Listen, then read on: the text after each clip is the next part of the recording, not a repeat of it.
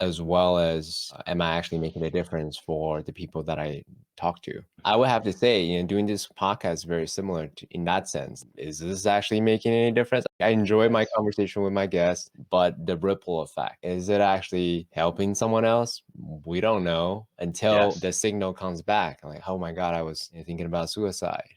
Thank you so much for really talking about your guest staring down the barrel of a gun, thinking about whether or not to pull the trigger. Yeah. And now look at his journey and where he's at right now. I've decided to choose otherwise. Oh shit. The thing that we do here, the ripple effect is unthinkable. We don't know. And it has saved people's lives, literally. So Yeah, it's part of the tragedy is cast in a negative light, but like part of the truth of being a human being is we never get to see our light because it's shining everywhere we go. So when I come into or when you come into a room, we're all like, oh, it got a little more CK in here. And when you leave, we're like, oh, it's a little less CK. But you never get that because everywhere you go, that's the way you see the world through that light. And so I'm with you, like creating our art, be it a podcast or whatever, can often be this experience of toiling in obscurity a little bit because we can't see the difference we're making.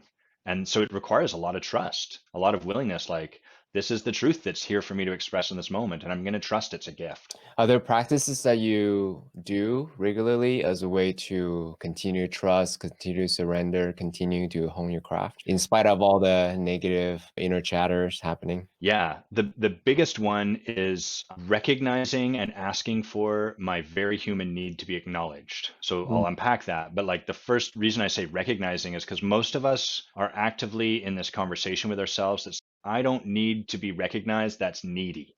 That's weak. We need it. It's human. We want to be of value. We have an innate desire to be an impact and to have value, and we need to be recognized for it. And since we're all so adamant that we don't need it, we're just starved for it, which is why you get things like the boss that sort of ostensibly is giving praise to his team, but you find out all that praise is really about how awesome he is as a boss. That's because that guy can't own that he needs recognition and he can't be responsible for getting it because he's pretending it's not there. So one, I recognize I need acknowledgement. I'm up to a lot, so I need a lot of acknowledgement. Like I'm holding a lot of stuff for a lot of people.